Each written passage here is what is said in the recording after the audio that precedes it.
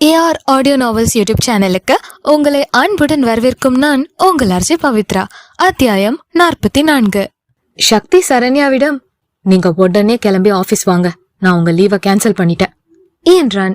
இப்போ அந்த பொண்ணு ஆபீஸ்க்கு வந்து என்னோட லீவை ஏன் கேன்சல் பண்ணுனீங்கன்னு கேட்டுச்சுன்னா இவன் என்ன சொல்லுவான் என்று தன் மனதில் நினைத்த தீபக், சரி அதையும் தான் பாப்போமே என்று வேறு என்ன சக்தி பேசுறான் என்று கேட்டார்.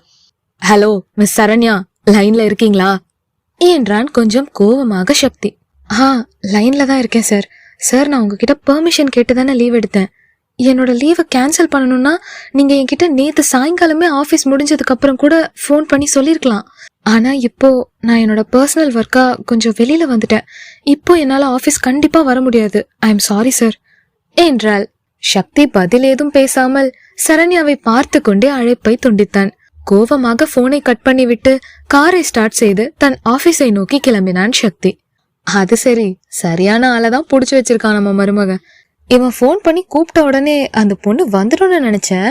பரவாயில்லையே, அந்த பொண்ணு இவன்கிட்ட தைரியமா நோன்னு சொல்லிருச்சே என்று மனதில் ஒரு நொடி சரண்யாவை மெச்சு கொண்டிருந்தவருக்கு மறுநொடி, ஒருவேளை அந்த பொண்ணும் பக்கத்துல பேசிக்கிட்டு இருந்த பையனும் அந்த பொண்ணும் உண்மையா லவ் பண்ணுனாங்கன்னா என்னோட சக்தி நிலைமை? இல்ல அப்படிலாம் இருக்காது, சும்மா ஃப்ரெண்ட்லியா தான் பேசிக்கிட்டு இருந்திருப்பாங்க என்று தனக்குத்தானே ஆறுதல் சொல்லிக் கொண்டார் தீபக். ஆபீஸ் வந்த சக்திக்கு கொஞ்சம் கூட நிம்மதியாக வேலை பார்க்க முடியவில்லை. லேப்டாப்பை திறந்தவன் மனதில் நேற்று சரண்யாவை தன்னுடன் காஃபி குடிக்க அவன் சொன்னதற்கு சரண்யா மறுத்தது, பின்பு கார்த்திக்குடன் கேன்டீனில் காஃபி குடித்துக் கொண்டிருந்தது, கேன்டீனில் இருந்து வெளியே வரும் முன் கார்த்திக்கிடம் போன் பண்றேன் என்று சைகை செய்தது, இன்று கார்த்திக்குடன் கையில் குல்ஃபி வைத்துக் கொண்டு சிரித்து சிரித்து பேசிக் கொண்டிருந்தது நினைவுக்கு வந்தது. லேப்டாப்பை சட்டென்று மூடிய சக்தி மனப்படப்படப்பில் தன் இருக்கையில் இருந்து எழுந்து தன் அறையில் லாவ ஆரம்பித்தான். என்னாச்சு சக்தி என்று கேட்டார் தீபக். ஒன்னும் இல்ல மாம்ஸ் என்று கூறிய சக்திக்கு மூச்சு வேகமாக வாங்கியது. அவன் அதையே யோசிக்க யோசிக்க மூச்சு விடுவது கூட அவனுக்கு கஷ்டமாக இருந்தது. தன் நெற்றியை அழுத்தி பிடித்தவன் தன் டேபிளில் இருக்கும் தண்ணீரை எடுத்து கடகடவென குடித்தான். சரண்யா பேங்கிற்கு மறுபடியும் கார்த்திக்குடன் சென்றவள் அப்போது மேனேஜர் வந்திருந்தார். மேனேஜரை பார்க்க கார்த்திக் மட்டும் அவர் அறைக்கு சென்று அவரிடம் சரண்யா பேங்க் அக்கவுண்ட் பிளாக் ஆனதை கூறினான். அவர் கார்த்திக்கிடம் பேங்க் புக்கை வாங்கி வைத்துக்கொண்டு சிறிது நேரம் கழித்து கூப்பிடுறேன் என்று கூறி அனுப்பி வைத்தார். அதனால் கார்த்திக் மேனேஜர் அறையிலிருந்து வெளியே வந்து சரண்யாவிடம், இன்னும் கொஞ்ச நேரம் ஆகும் மிஸ் சரண்யா என்றான். ஓ அப்படியா, சரி, அப்படின்னா நான் இத காவ்யா கிட்ட சொல்லிடுறேன் என்று தன் மொபைலை எடுத்தாள். இத எதுக்கு காவ்யா கிட்ட சொல்லணும் என்று யோசித்துக் கொண்டே சரண்யாவை பார்த்தான் கார்த்திக். சரண்யா தன் போனை எடுத்து காவ்யாவிற்கு போன் செய்தாள். ஹலோ காவ்யா, என்னால மதியத்துக்குள்ள வர முடியாது, நீ பத்திரமா வீட்டுக்கு போயிடு, சாப்பிட்டு மாத்திரைய கண்டிப்பா போட்டுக்கோ, நான் உனக்கு அப்புறம் கால் பண்றேன் என்று கூறிவிட்டு போனை கட் பண்ணினாள் சரண்யா. என்னாச்சு என்று கேட்டான். இல்ல, நான் என்னோட சிஸ்டர் கூட தான் வந்தேன். என்னங்க சொல்றீங்க, உங்க சிஸ்டர் இங்க வந்திருக்காங்களா? எங்க என்று எங்கும் அங்கும் பார்த்து கேட்டான் கார்த்திக். இல்ல, என் கூட இங்க காவ்யா வரல, வர வழியில காவ்யா ஃப்ரெண்டு வீடு இருக்கு, அங்க காவ்யாவை டிராப் பண்ணிட்டு வந்தேன். நான் சீக்கிரம் வேலை முடிஞ்சிரும்னு நினைச்சேன், ஆனா இன்னும் கொஞ்சம் நேரம் ஆகும் போல. இப்போ லேட் ஆகும்னா காவ்யா கிட்ட சொல்லிடணும்ல. அதுவும் இல்லாம காவ்யாவுக்கு என்னன்னே தெரியல, விட்டு விட்டு ஜுரம் வருது, அதான் ஞாபகமா டேப்லெட் போட்டுக்க சொன்னேன், வேற ஒன்னும் இல்ல என்றாள் சரண்யா. எது, காவ்யாவுக்கு ஃபீவரா இருக்கா? நான் எப்படியாவது காவ்யாவை பார்க்கணுமே, என்ன பண்றது என்று யோசித்தான் கார்த்திக். சிறிது நேரத்தில் மேனேஜர் கார்த்திகையும் சரண்யாவையும் அழைத்து, அக்கவுண்ட் நார்மல் ஆயிடுச்சு, இனி பணம் எடுக்கிறதுல எந்த பிரச்சனையும் இருக்காது என்று கூறினார். தேங்க்ஸ் என்று கூறிவிட்டு வெளியே வந்தார்கள். சரண்யா தன் வீட்டிற்கு கிளம்பும் முன் கார்த்திக்கிற்கு தேங்க்ஸ் கூறினாள். இல்ல பரவாயில்ல என்று கூறிய கார்த்திக், எப்படி சரண்யாவோட சரண்யா வீட்டுக்கு போறது என்று யோசித்துக் கொண்டிருந்தான். அதற்குள் சரண்யா தன் ஸ்கூட்டியை ஸ்டார்ட் செய்து தன் வீட்டை நோக்கி சென்றாள். மாலை நேரம் வரை சக்தி எந்த மீட்டிங் அட்டென்ட் பண்ணவில்லை, எந்த வேலையும் செய்யவில்லை. தீபக் அதுவரை ஆபீஸை பார்த்து கொண்டிருந்தார். ஆபீஸ் முடிந்த அனைவரும் தன் வீட்டிற்கு சென்றார்கள். தன் கார் அருகில் வந்தவன் கார் சாவியை தீபக்கிடம் கொடுத்து, நீங்க டிரைவ் பண்ணுங்க மாம்ஸ், எனக்கு கொஞ்சம் மனசு டிஸ்டர்பன்ஸா இருக்கு என்று கூறி டிரைவர் சீட்டிற்கு பக்கத்து சீட்டில் அமர்ந்து கொண்டான் சக்தி. இருவரும் அமைதியாக வீட்டை அடைந்தனர். இரவு சாப்பிட கூட வராமல் தன் அறையில் லைட்டை பொருத்தி பொருத்தி அமர்த்தி கொண்டு கட்டிலில் அமர்ந்திருந்தான் சக்தி. அவனை பார்க்க சென்ற தீபக், என்ன சக்தி, சாப்பிடலையா என்று கேட்டார். இல்ல மாம்ஸ், எனக்கு பசிக்கல என்றான் சற்று கோபமாக. ஒருவேளை அந்த பொண்ணும் பையனும் லவர் சார்ந்தா என் சக்தி நிலைமை என்று தீபக் மனதில் மறுபடியும் அந்த கேள்வி வந்தது. இப்போதான் சக்தி ஒரு பிடிமானமான வாழ்க்கை வாழ ஆரம்பிச்சிருக்கான். அதுக்குள்ள இப்படி நடந்துருச்சே. முதல்ல அந்த பையன் யாருன்னு தெரிஞ்சுக்கணும். அதுக்கப்புறம்தான் நான் சக்தி கிட்ட இதை பத்தி பேசுறது சரியா இருக்கும் என்று நினைத்து கொண்டு சக்தி அறையை விட்டு வெளியே சென்றார். தன் போனை எடுத்து சக்தி சரண்யாவிற்கு அழைப்பு விடுத்தான். சரண்யாவின் போன் பிஸி என்று வர கோவத்தில் தன் மொபைலை எதிரில் இருக்கும் கண்ணாடி மேல் தூக்கி எறிந்தான். கண்ணாடி, போன் இரண்டுமே உடைந்தது. அத்தியாயம் 45. காலை விடிந்ததும் தன் ஆபீஸுக்கு ரெடியாகி கொண்டிருந்த சக்தி மனதில், ஹிட்லர் இன்னைக்கு ஆபீஸ் தானே வந்தாகணும் என்று நினைத்து கொண்டு வேகமாக கிளம்பி தன் காரில் ஏறி ஆபீஸ் நோக்கி சென்றான். வழியில் ஒரு பஸ் ஸ்டாப்பில் சரண்யா நின்று கொண்டிருப்பதை பார்த்துவிட்டு காரை நிறுத்திய சக்தி சரண்யாவை பார்த்து, ஏன் இங்க நின்னுட்டு இருக்கீங்க என்று கேட்டான். இல்ல, என்னோட ஸ்கூட்டி அடிக்கடி ரிப்பேர் ஆகிட்டே இருக்கு. அதுதான் இனிமே பஸ்லயே போகலான்னு முடிவு பண்ணிருக்கேன். சோ பஸ்க்காக தான் வெயிட் பண்ணிட்டு இருக்கேன் என்றாள் சரண்யா. உங்களுக்கு ஆட்சேபணம் இல்லைன்னா என்னோட வாங்க, நான் உங்களை டிராப் பண்றேன் என்றான் சக்தி. இல்ல சார், நீங்க போங்க, நான் பஸ்லயே வந்துக்கிறேன் என்றாள் சரண்யா. ஒரே ஆபீஸ் தானே போகணும், வாங்க, நான் உங்களை டிராப் பண்றேன் என்று மறுபடியும் சரண்யாவை அழைத்தான் சக்தி. நீங்க சொல்றதும் சரிதான் என்று கூறியவள் காரின் பின் இருக்கையில் கதவை திறந்தாள். கிரீச் என்று பைக் நிறுத்தும் சத்தம் கேட்டு சரண்யா சக்தி இருவரும் சத்தம் வந்த திசையை பார்த்தார்கள். தனது தலையில் அணிந்திருந்த தலைக்கவசத்தை ஸ்டைலாக கழட்டிய கார்த்திக் சக்தியிடம் ஹாய் ப்ரோ என்றான். சரண்யாவிடமும் ஹாய் சரண்யா என்றவன், என்னாச்சு, என்ன பிரச்சனை, எதுக்கு இங்க 2 பேரும் நின்னுகிட்டு இருக்கீங்க என்று கேட்டான். இப்ப வரைக்கும் நல்லா தாண்டா போயிட்டு இருந்துச்சு, நீ வந்தது தாண்டா எனக்கு பிரச்சனை என்று முணுமுணுத்து கொண்டான் சக்தி. என்ன ப்ரோ பதிலே காணோம் என்று கேட்டான் கார்த்திக். இல்ல, ஆபீஸ் தான் போறோம் என்றாள் சரண்யா. அட, நான் இருக்கும் போது எதுக்கு ப்ரோ கூட போகணும், வாங்க, நான் உங்களை டிராப் பண்றேன் என்றான் கார்த்திக். ஓகே என்று புன்னகை முகமாக கூறிய சரண்யா கார்த்திக் பைக்கில் ஏறி அமர்ந்தவள், சாரி சக்தி சார், இன்னைக்கு நான் ஆபீஸ் லீவ் எடுத்துக்கிறேன், பாய் என்று கூறி சக்தி பதிலை கூட எதிர்பார்க்காமல் இருவரும் அங்கிருந்து பறந்தனர். திடுக்கிட்ட சக்தி கண் விழித்து எழுந்த சக்தியின் இதயம் வேகமாக துடித்தது. மூச்சு வாங்கிக் கொண்டே அருகில் இருந்த டேபிளில் வாட்சை எடுத்து மணியை பார்த்தான்.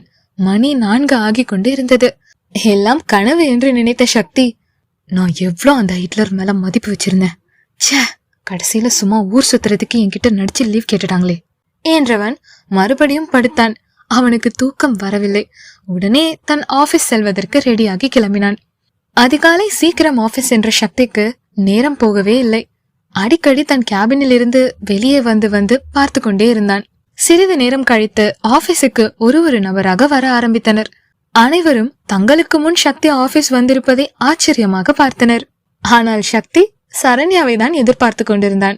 சரண்யா தன் ஆபீஸுக்கு வந்து தன் வேலைகளை பார்த்து கொண்டிருந்தவள் போன் ஒலிக்க சிக்னல் கிடைக்கவில்லை என்று கூறி போனை எடுத்துக்கொண்டு வெளியே சென்றாள். அப்போது சரியாக சரண்யா கேபினுக்கு வந்தான் சக்தி. சரண்யா கேபினில் இல்லை என்றதும் தனது கைகடிகாரத்தில் மணியை பார்த்தவன் சரண்யா கேபினுக்கு அருகில் அமர்ந்திருக்கும் திவ்யாவிடம் சரண்யா கேபினை சுட்டி காட்டி, இன்னைக்கு வரலையா என்றான். சரண்யாவா கேக்குறீங்க சார் என்று கேட்டாள் திவ்யா. என்று தலையை மட்டும் அசைத்தான் சக்தி. வந்திருக்காங்க சார், அவங்களுக்கு போன் வந்துச்சு, அதான் சிக்னல் கிடைக்கலன்னு வெளியில போயிருக்காங்க என்றாள் திவ்யா. சரி என்று தலையை மட்டும் அசைத்தவன் மெதுவாக வெளியே சென்றான். அங்கு சரண்யா போனில் யாருடனோ சிரித்து சிரித்து பேசிக் கொண்டிருந்தாள். அதை பார்த்துவிட்டு தன் கேபினுக்குள் சென்றான் சக்தி. சிறிது நேரம் கழித்து சரண்யா தன் இருக்கைக்கு வந்து அமர்ந்தாள். சக்தி சிறிது நேரத்தில் சரண்யாவிற்கு ஆபீஸ் போனில் இருந்து அழைத்தான். சரண்யா சக்தி கேபினை தட்டினாள். உள்ள வாங்க என்றான் சக்தி. சரண்யா உள்ளே சென்றதும், சார் நேற்று என்று சொல்ல வந்தவளை சக்தி, எனக்கு உங்க பர்சனல் தேவையில்லை, இப்போ நான் உங்களை கூப்பிட்டதுக்கு காரணம் நம்ம கம்பெனி புது ப்ராஜெக்ட் சம்பந்தமான டீட்டெயில் இருக்கிற ஃபைல் எல்லாம் உங்ககிட்ட தானே இருக்கு, அந்த ஃபைல் எடுத்துட்டு வாங்க, அதை இன்னைக்குள்ள கம்ப்ளீட் பண்ணணும் என்றான் சக்தி. ஓகே சார், எடுத்துட்டு வரேன் என்று கூறிவிட்டு சென்றாள்.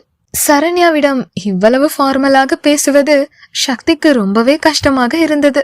சரண்யா தன் கேபினில் இருக்கும் லாக்கரை ஓபன் செய்து அதில் இருக்கும் நிறைய ஃபைல்களை எடுத்து வெளியே வைத்தாள்.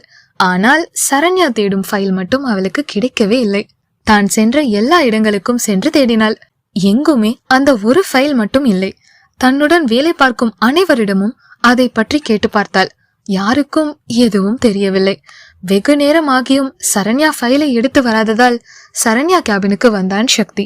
அங்கு சரண்யா நிறைய ஃபைல்களை எடுத்து பதட்டமாக ஆராய்ந்து கொண்டிருந்தாள். நான் உங்ககிட்ட என்ன சொன்னேன், நீங்க இங்க என்ன பண்ணிக்கிட்டு இருக்கீங்க என்று சக்தி கத்தியதில் திடுக்கிட்டு திரும்பிய சரண்யா சக்தியிடம் ஃபைல் காணாமல் போனதை எப்படி சொல்வது என்று தெரியாமல் விழித்தாள். உங்ககிட்டதான் கேக்குற மிஸ் சரண்யா என்றான் சற்று கோவமாக.